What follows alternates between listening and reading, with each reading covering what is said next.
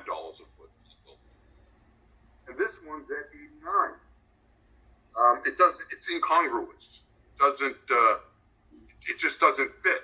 I think the $55 a foot roughly, or $60 a foot roughly, I think is correct. I think that the assessor, I think Neil is right 6, 7, 8 times and wrong once.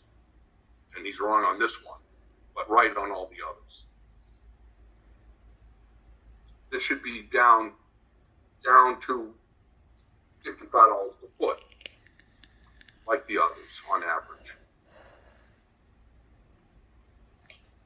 Well, the JCPenney that we discussed, obviously that building was a lot older than the top.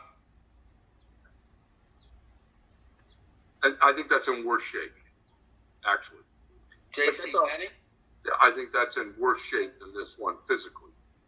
But the others are all in equal, because it's one of the worst shaped department stores in the city. I mean, if you go through it, it's not nearly as in good a shape as the Macy's, or the Dick's, or the Bed Bath and Beyond, or the Toys R Us, or even the Kohl's. The Kohl's is that's $68 a foot, but that's also is a condo, so it's kind of rough. It's got land value.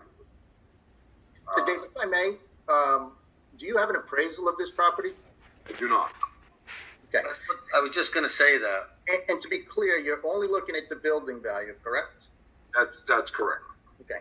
So I'm going to say two things on that. One, that's not a comparison that should ever be made, and I'll go into the reasons why in a minute.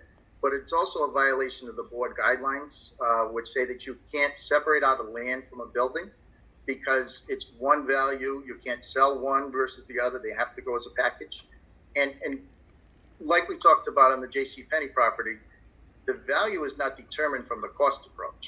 You're seeing that in the cost approach format on the card, but the value is determined based on income.